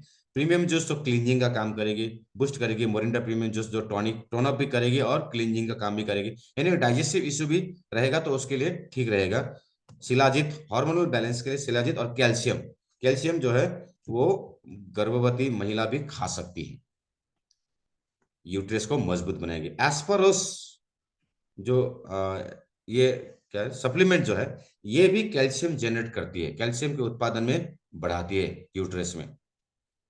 जो जिसको मिस कैरेज का ज्यादा इश्यू है, 2 महीना 1.5 महीना में मिस कैरेज होते रहता है, तो उसको एस्परस के साथ कैल्शियम देंगे तो मिस कैरेज वाला जो सिम्टॉम्स है जो रहेगा वो कंप्लीटली 2-3 महीने में ठीक हो जाएगा, क्योंकि वो उसका जो थैला है वो मजबूत बनेगा कैल्शियम के की सहायता से। ठीक है, तो मिसकैरेज वाला केस में हम लोग को कैल्शियम भी देना पड़ता है एस्परस के साथ। डिफरेंट टाइप ऑफ यूट्रस, कभी कभी जो है इनबॉर्न डिफिशियंसी होता है यूट्रस में, है। इनबॉर्न माने जन्म पैदाशी, जेनेटिक, यानी पैदाशी ही किसी किसी महिला में यूट्रस में क्या होता है, वो उसका बनावट, उसका स्ट्रक्चर डिफरेंट होता है, जिसकी वजह से वो माँ नहीं बन पाती। सब कुछ अच्छा होता है लेकिन वो माँ नहीं बन पाती। माँ बनती है फिर भी उसका मिसकैरेज हो जाता है, बच्चा गर्भ में ही मर जाता है। ऐसा 2-3 बार होता है, 2-3 बार। यहाँ पे मैंने और एक चीज बनी लिखा है, ब्लड, ब्लड का फैक्टर भी होता है प्रेगनेंसी के लिए, क्योंकि बहुत सारी महिलाएं सेकेंड चाइल्ड को बर्थ नहीं दे सकती। उसमें क्या बोलते हैं, एरिस्ट्रोब्लास्टोसिस बोल के एक बीमारी आती है। उसका जो भ्रूण होता है वो फट जाता है, आरबीसी फट जाता है। ऐसे रेयर केस होता है, लेकिन वो उसी महिला में होता है जिसका नेगेटिव ब्लड ग्रुप होता है। नेगेटिव ब्लड ग्रुप वाले महिलाओं में सेकेंड चाइल्ड जो है ना, वो या तो पैरालाइज्ड होगा या तो नहीं होता है, ब्लास्ट होता है, गर्भ में ही वो मर जाती है। जिस लेडीज का नेगेटिव ब्लड ग्रुप रहता है, और हस्बैंड का उसका अगर पॉजिटिव ब्लड ग्रुप रहेगा तो। पॉजिटिव और नेगेटिव का कभी भी मेल नहीं होता है। एक बच्चा होगा, फर्स्ट चाइल्ड होता है, सेकेंड चाइल्ड नहीं होता, या हो भी गया तो पैरालाइज होगा, हाफ बॉडी पैरालाइज, कमर के नीचे का हिस्सा पूरा पैरालाइज रहेगा। ऐसा बच्चा मैंने एक बच्चा देखा यहाँ पे काठमांडू में ही। मैं गया था वहां पे काउंसलिंग के लिए, तो मैंने बच्चे को देखा। बच्चे को देखते ही मैंने माँ से पूछा, आपका ब्लड ग्रुप नेगेटिव है? बोलता तो हाँ है। तो इसीलिए ऐसा है, ये कहीं भी ले जाएगा ठीक नहीं होगा, क्योंकि आपका गर्भ में ही बच्चा का आधा पैर आधा शरीर जो है वो फट गया था। तो वो कहीं से भी ट्रीटमेंट नहीं होता, उसका पैर है लेकिन नहीं चलेगा, आधा बॉडी पैरालाइज्ड, कनेक्शन ही नहीं आएगा। यहाँ से नीचे उसका फीलिंग्स कुछ नहीं आएगा, कमर के नीचे का हिस्सा ही नहीं चलेगा उसका। तो ऐसे बच्चा, क्योंकि उसका एक बेटी हुआ था, बेटी मॉडल है, बेटी अच्छा है, और बेटा हुआ लेकिन वो पैरालाइज्ड हो गया। तो ऐसा माँ का अगर नेगेटिव रहेगा, बाप का पॉजिटिव रहेगा, तो ऐसा केस होता है। ये ब्लड ग्रुप का डिफिशियंसी है। तो किसी किसी महिला में यूट्रस का डिफिशियंसी रहता है, यूट्रस का ही गड़बड़ी रहता है। तो ऐसे ही होता है यूट्रस, है ना, डिडेफिल्स, आर्क्यूट, ये जो एबनॉर्मलिटी बोलते हैं इसको, नॉर्मल और एबनॉर्मलिटी। ये जो दिखाई दे रहा है एबनॉर्मलिटी, मैं आपको ड्राइंग करके दिखा देता हूँ। ये इस तरह का, जो अगर किसी का यूट्रस इस तरह का रहेगा, तो इसमें बच्चा 1.5 महीना तक जिंदा रहेगा, 1.5 से 2 महीना तक। उसके बाद जैसे जैसे बच्चा, मान लीजिए यहाँ पे चिपक जाता है ना, जो है ना फैलोपियन टिप से, ये जाइगोट जो है यहाँ आके एम्ब्रॉय बन जाता है, तो एम्ब्रॉय जो है ना यहाँ पे आके चिपक जाता है, यूट्रस में चिपक जाता है। उसके बाद मेंस्ट्रुअल, ये क्रैक नहीं होगा। क्रैक नहीं होगा तो क्या होगा? पीरियड नहीं होगा। तो पीरियड ना होने से क्या होगा? प्रेग्नेंट हो गया बोल के हम लोग टेस्ट करके उसका कंफर्मेशन कर लेते हैं ना, पॉजिटिव पॉजिटिव रिजल्ट ले आते हैं। तो यहाँ पे जो चिपक के बैठा है, तो ये यहाँ पे जब डेवलप होने लगेगा, तो ये जो इसको क्या करेगा, जगह कम पड़ गया, तो वो ऐसे चिपक जाता है बच्चा। ऐसे चिपक जाने के बाद 1.5 2 महीना 2.5 महीने में ये फिर बच्चा पेट में ही, गर्भ में ही मर जाता है, और फिर वो ब्लीडिंग हो जाता है। तो ऐसे ही गर्भ में बच्चा प्रेग्नेंट तो हो जाता है माँ, लेकिन डेवलप नहीं हो पाता। तो इस तरह का गर्भ कई कई महिलाएं पैदाइशी लेके आती हैं। ये पैदाइशी होती है। ये नॉर्मल हुआ, इसमें आसानी से बच्चा डेवलप होगा, क्योंकि ये सिंगल थैला है। इसमें थैला जो है बढ़ गया है, इसमें जो दिख रहे हैं थैला जो है 2 भाग में बढ़ गया है, डाई यानी 2 भाग हो गया है। ठीक है ना, यहाँ भी देखिए दो छोटा छोटा एरिया है। तो इस तरह का गर्भ में कभी भी बच्चा डेवलप नहीं होता है। प्रेग्नेंट हो जाती है, लेकिन 2 से 2.5 महीने के अंदर में ये फिर मिसकैरेज हो जाते हैं, बाहर निकल जाते हैं, क्योंकि बच्चा मर जाता है गर्भ में। फिर इसको सीजर करके निकालना पड़ता है, या फिर ऐसे दवा खा के बाहर निकालना पड़ता है, या फिर हाथ घुसा के निकाल देते हैं, ऐसे खाली कर देते हैं। तो उसका अल्ट्रासाउंड करने के बाद पता चलता है कि उसका गर्भ का अवस्था ऐसा है, वो बाय बॉर्न, जन्म से ही। तो जन्म से ही किसी किसी, ये भी रेयर केस होता है, किसी किसी लेडीज का ऐसा होता है। ये भी एक बीमारी है, जेनेटिक, है ना। तो ऐसे महिला, मेरे एक फ्रेंड है, उसी से मुझे पता चला ये बीमारी के बारे में। एक मेरा फ्रेंड है, मेरा अपना ही गांव का फ्रेंड है, एक लड़की है। तो उसने बताया उसका केस ऐसा है। तो उसका हस्बैंड ने दूसरे शादी कर लिया, उसका बच्चा ही नहीं हुआ, बच्चा हो रहा है लेकिन नहीं, डेवलप नहीं हो पा रहा है। तो बाद में देखा गया उसको, बाद में जब उसको एमआरआई कर, सॉरी, सीटी स्कैन करके देखा, तो देखा कि उसका गर्भ ही डिफॉल्ट है, पैदाशी। तो इस तरह का भी केस हो सकता है। तो इस तरह का केस में भी प्रेगनेंसी जो है, बच्चा पैदा होना पॉसिबिलिटी नहीं होता है। ठीक है। तो हाइजेनिक प्रिकॉशन क्या है, लास्ट स्लाइड ये है। Push, pass and flush, pass and flush, ये थ्योरी चलता है। कभी भी महिलाएं जब टॉयलेट जाएंगे तो फ्लश, पास एंड फ्लश का थ्योरी यूज करना पड़ेगा। Do not use old cloth as a pad.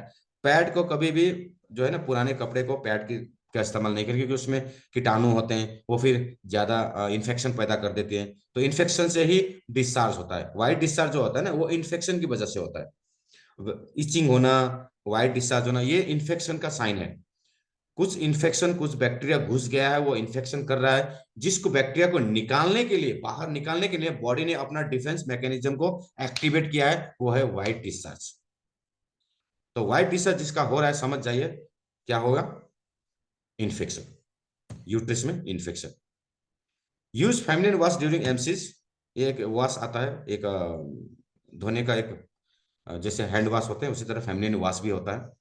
Avoid public toilet as much as possible, public toilet को ज्यादा से ज्यादा अवॉइड करें, क्योंकि वहीं से बैक्टीरिया जो है बाहर के रास्ते से अंदर आ सकते हैं। Less use of chemical product, जितना केमिकल प्रोडक्ट को कम यूज करेंगे उतना हार्मोन बैलेंस बना रहेगा। Do not drink injected cow milk, अभी जो जर्सी गाय है ना उसका दूध नहीं पीना है, महिलाएं, लड़कियां खासकर, जर्सी गाय का दूध ना पिए, क्योंकि उसको हार्मोनल इंजेक्शन लगाया जाता है। उस हार्मोनल इंजेक्शन की वजह से, उस हार्मोन की वजह से अपना हार्मोन जो है वो डिसबैलेंस हो जाता है, अपना बॉडी का हार्मोन डिसबैलेंस हो। Control on beverages like smoke and alcohol, smoke and alcohol ये सबसे डेंजर है किसी भी महिला को क्या करें, बांझपन रखने के लिए, बनाए रखने के लिए।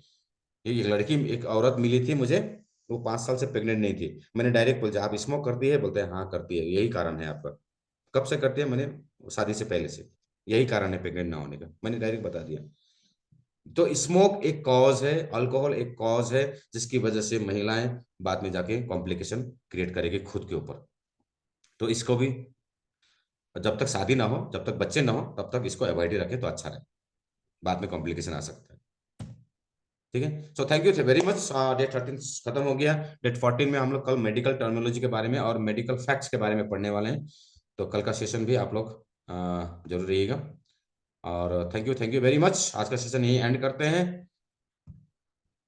अंत तक बने रहने के लिए सभी का धन्यवाद। जो भी नॉलेज आपने लिया, आप टीम में जरूर शेयर कीजिएगा। Thank you very much.